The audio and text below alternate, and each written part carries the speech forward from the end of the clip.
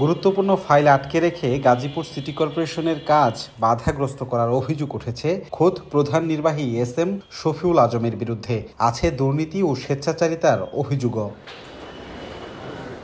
সম্প্রতি শফিউল আজমের বিরুদ্ধে দুর্নীতি দমন কমিশনে এসব অভিযোগ জমা দেন কর্পোরেশনের সাবেক জনসংযোগ কর্মকর্তা লুৎফুর রহমান। মাননীয় মেয়র মহোদয়ের একান্ত সচিবের যে ফাইলগুলো ছিল, সেই ফাইলগুলোর ভিতরে কিছু ত্রুটিপূর্ণ এবং অসম্পূর্ণ ফাইল থাকায় সেগুলো তৎকালীন মেয়র মহোদয়ের নির্দেশে আমি প্রধান নির্বাহী কর্মকর্তা শফিউল আলম স্যারকে অবহিত করি। কিন্তু শফিউল আলম স্যার সেগুলো নিষ্পত্তি করার জন্য মাননীয় মেয়র মহোদয়ের সাথে কোনো আলোচনা করেনি এবং সেগুলো সমাধানের কোনো উদ্যোগ নেননি, যার জন্য প্রায় 3 মাস ধরে সেগুলো ফাইল অনিষ্পন্ন ছিল।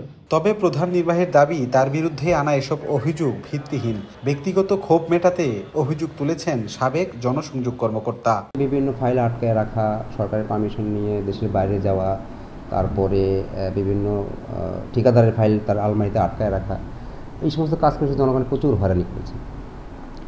হয়রানি করার পরে স্থানীয় সরকার মন্ত্রণালয় যেটুকু জানতে চেয়েছে আমি সেটুকু তাকে জানিয়েছি। তো এই জন্য সে ব্যক্তিগতভাবে ক্ষিপ্ত হয়ে সে হয়তো এগুলো করেছে। যে অভিযোগগুলো করেছে আমার কাছে এখনো কপি পাইনি, তবে আমি শুনেছি এবং সম্পূর্ণ বানোয়াট, মিথ্যা। 20তম বিসিএস-এর প্রশাসনিক কর্মকর্তা এস.এম. শফিউল আজম 2001 সালে চাকরিতে যোগদান করেন। 2022 সালের 6 মার্চ থেকে গাজীপুর সিটি কর্পোরেশনের প্রধান নির্বাহী হিসেবে দায়িত্ব পালন করছেন তিনি। রাজিবুল হাসান, সময় সংবাদ, গাজীপুর।